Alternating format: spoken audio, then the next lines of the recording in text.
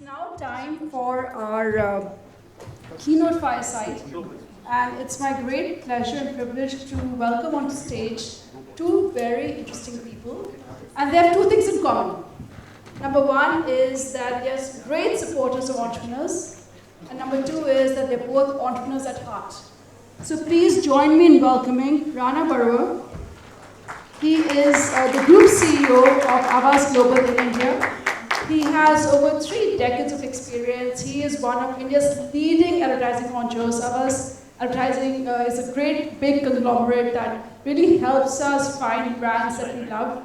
And I've just had some really wonderful conversations with him. And his love and passion for the future, for entrepreneurship, for building great cultures and great businesses is really evident. And it's been such a pleasure to meet you. In conversation with Rana, we have Gautam. So Gautam Gandhi is a veteran of the startup space. He has angel invested in 20 plus companies. So all you early stage startups out there, Gautam is your man. He is also a partner at, I knew I would get that wrong. Sorry. Just read the letters. I'm trying to find it now. NYTCP. NYTCP. I was really trying to remember that. That didn't really work out very well, did it? I had the pleasure of meeting Gautam at our offices in Delhi, and he's a fantastic person, and I really wish I'd met you sooner. We would have worked together. So guys, please give it up for our keynote speakers. I'm really looking forward to the conversation that you guys are going to have. So delighted to see everyone here, see a packed house. I know it's not for me, so obviously, Rana, it's for you that everyone's come out. Rana, we had a chance to speak a little bit backstage and get to know each other. And, it's fascinating. Everybody must be thinking, actually, why don't we start a little bit about telling us about Havas a little bit. You can tell us just a minute. Yeah, and we have 20 minutes. What we're going to do is just kind of give a little background, and then I'll lead the way from there. Thank you. Gautam. Good afternoon, everyone. Thank you for this time, and thank you for listening to me for the next 18 or 19 minutes. I don't know what I'm doing here. I know only one thing, that I'm an entrepreneur at heart. I work for a professional advertising French agency. And, I'm completely somebody who believes in this work culture of, if you have an idea, if you have an innovation, or if you have something that you do, and that's how we built Havas over the last 5 years. It's a group which belongs to a very large French giant called Vivendi. Vivendi is one of the world's leading entertainment media groups across gaming, advertising, publishing. It's getting into many things, ticketing. So you can understand the diversity. For example, they're sponsors of the World Rugby that's going on currently. It's going to happen in the next few months. So we are an advertising and media end-to-end conversations. I've got around 17 odd companies I've done in the country.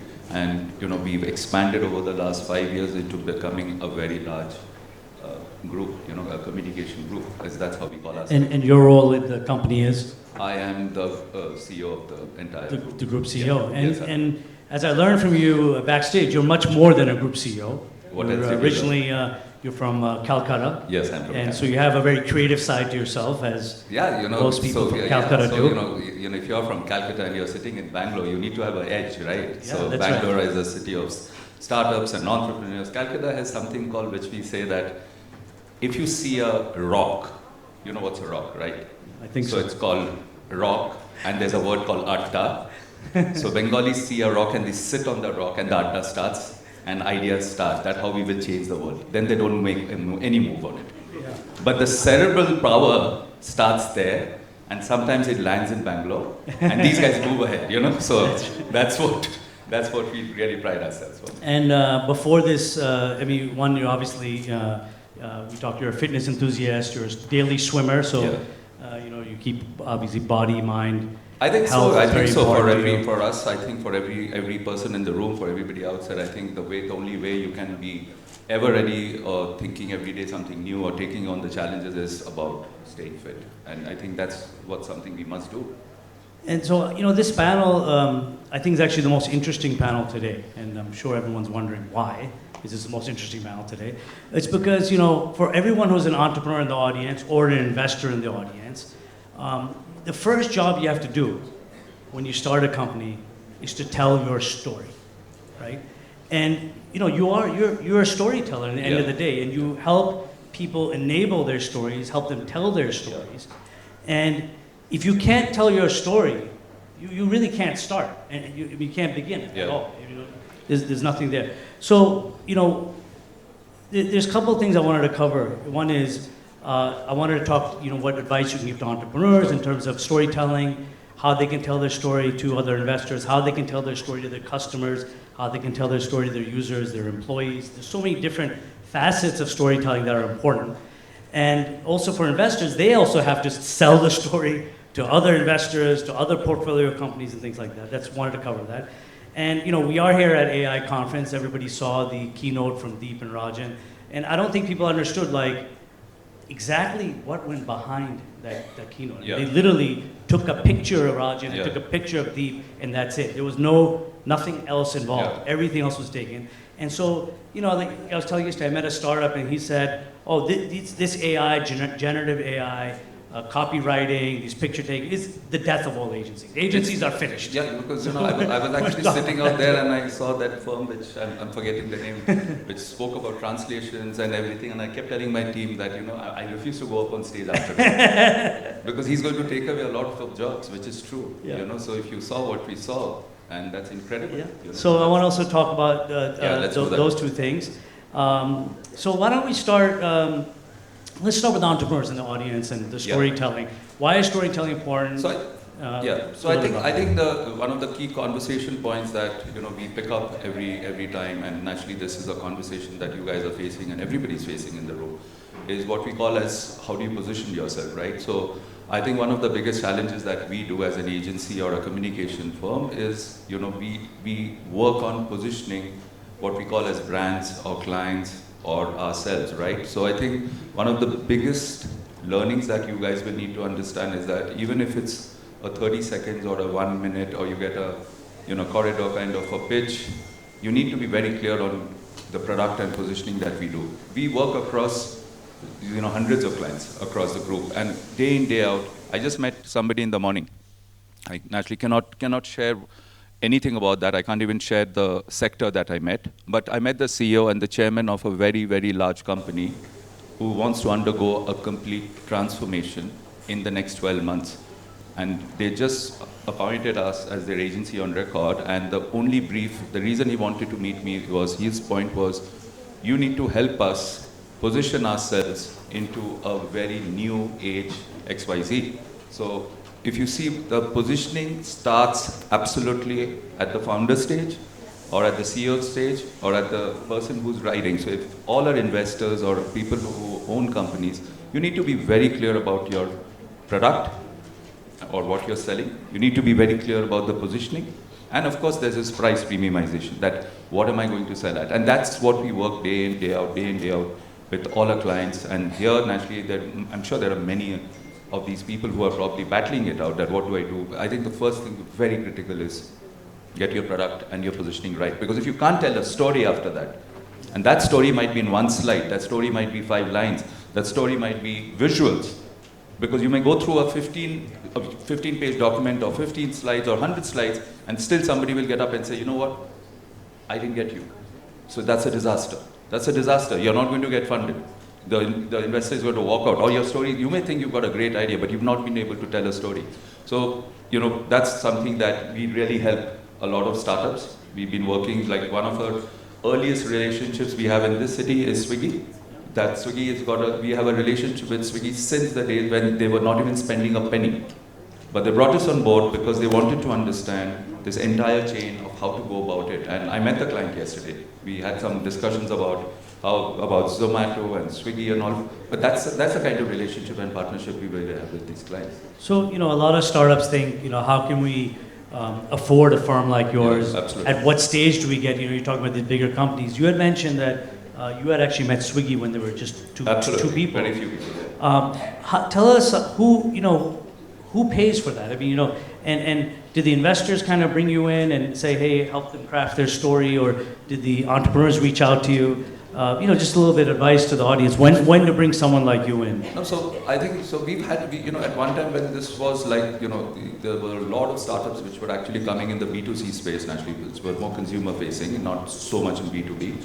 So you had a lot of them who were looking for brand building very quickly. Yeah. You needed to build a brand. If you didn't build a brand, if you didn't have consumers, if you didn't have followers, and if you were not selling, you're not going to get invested, right? So we were naturally working with the investors from day one, and we've had the fortune of working with Oyo. We've had the fortune of working with Ola.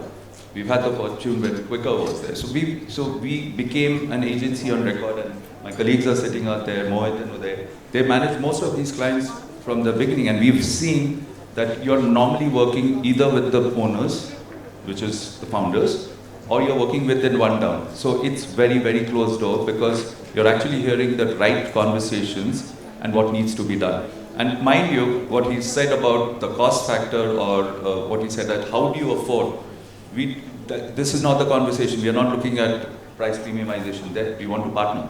We know the journey is going to be excellent, and if you succeed, we succeed.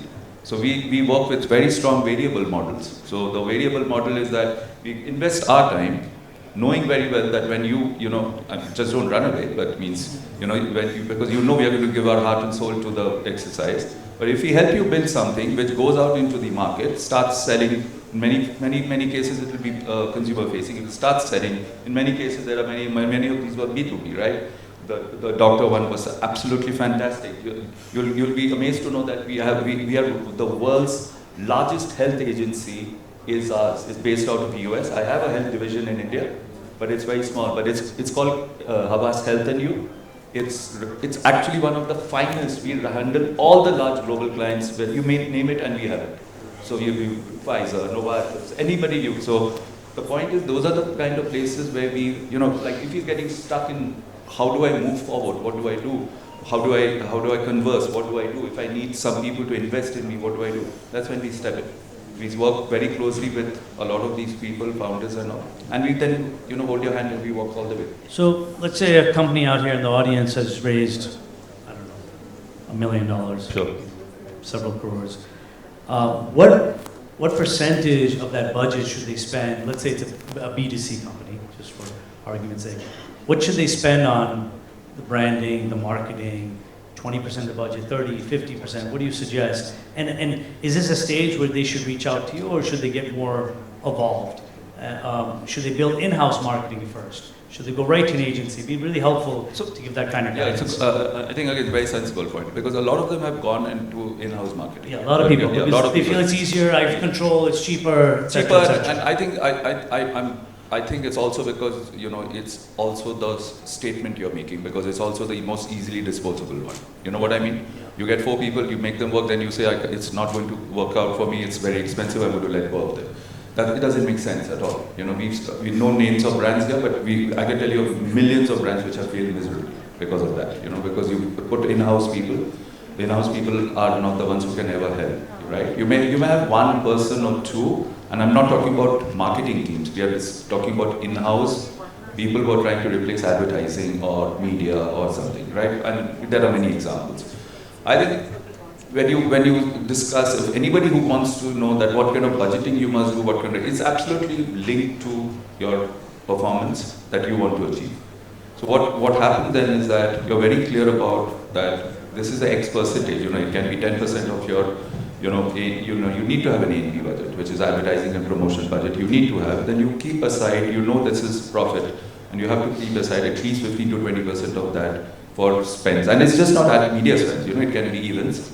It can be like some, you need to have gatherings like this. You need to entertain, you need to move out. So there is a specific budget that you'll have to earmark for getting a professional agency. And as we're talking about spending on marketing, I think we all kind of make an assumption it's all digital. And then you also have social, you have this Instagram, which doesn't cost money.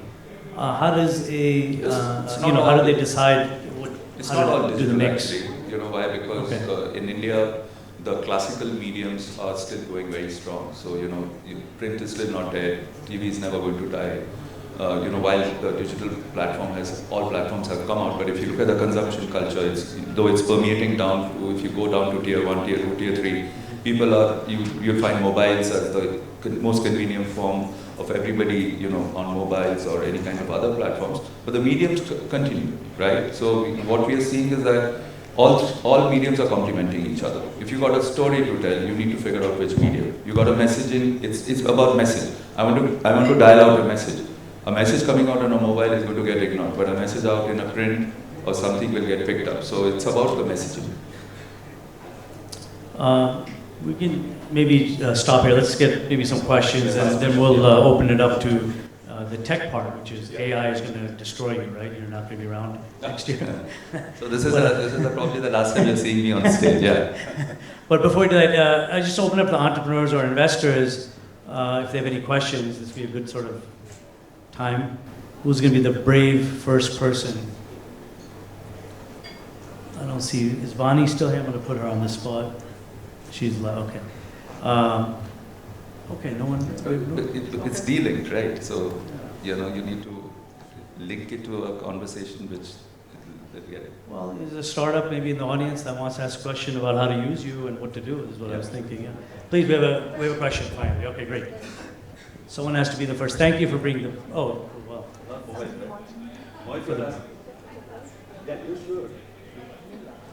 Let's bring it back to the front. We have a brave soul here.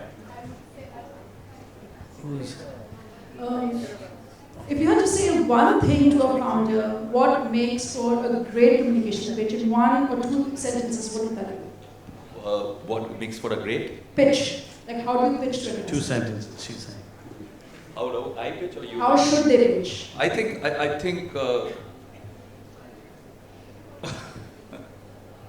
one of the key things for a founder would be that if you're pitching, and there's some of them are pitching today, I think it's the biggest thing you can do is to have an impact. You need to have a very impactful story. So, and does it stay? So for us, 2 things matter: impactful, and this other word I'd say, is it meaningful? 2 words which are dictating the way the world is moving forward. If it is impactful, you will get noticed. If it is meaningful, you're definitely going to get bought. If it's not meaningful, go for a new idea. It's not going to work. Thank you. I wanted to get your views on this idea that when you talk about your product, there are 2 ways to look at it, right? One is that you always want to tie it to a mission or something bigger than the product. So like, Nike's just do it. Just do it has nothing to do with the sport, but it's the spirit. But then when you are new and you want to talk about your product or your idea, you struggle between the spirit of it, and then people asking you the question, no, but what exactly do you do? What do you sell?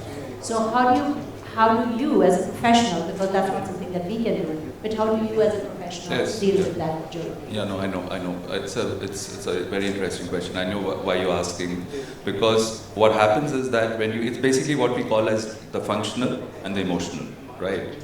So what you're saying is that Nike's entire attitude works as what's the right stage to do which? So I think first, what we will normally, if you were launching something tomorrow, my first reaction would be you go with the functional, because you need to make your product successful. It has to sell, it has to have a solution, it has to have something that makes it move forward. And then finally the philosophy of the company comes forward, which is what this cycle has always been, and most brands work like that. If you go into the emotional, you may not connect with the consumer, and if you're not justifying why you're there, you may never sell. Okay, we're going to have to wrap things up, but before, I wanted to get a chance for you to speak to all the generative AI and the AI folks out there that, I use ChatGPT. I don't need to write copy anymore. I can do automated social posts. I can create all my images online. Everything's automated. What do I need you for? So, let's talk a little bit about that. Can we replace you with an avatar? Yeah.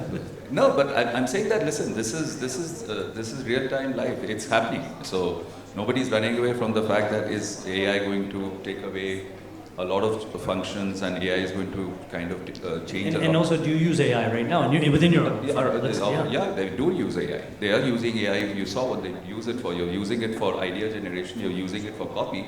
A lot of people are using it for visuals.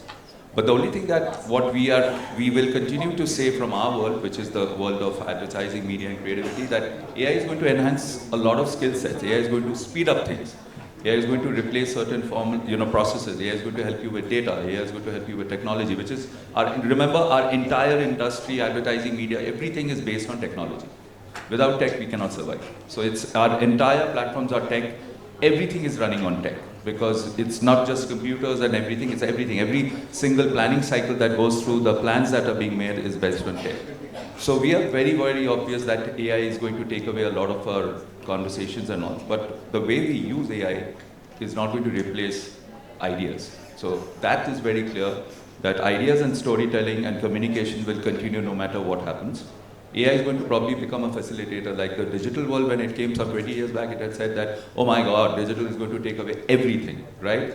Digital became a lovely facilitator. It started becoming another communication tool for us. So we see it as a facilitator, and we know that we'll have to keep evolving and face the fact that, if things are going to go faster, certain things with AI, so be it. Thank you, Rana. Now, if anybody in the audience wants to reach you, what is the best way for them to reach you? How do you? They can always email me, or you can always take my number and reach out to me. Well, yeah. Rana, thank you so much. It's a pleasure meeting you. And thank you.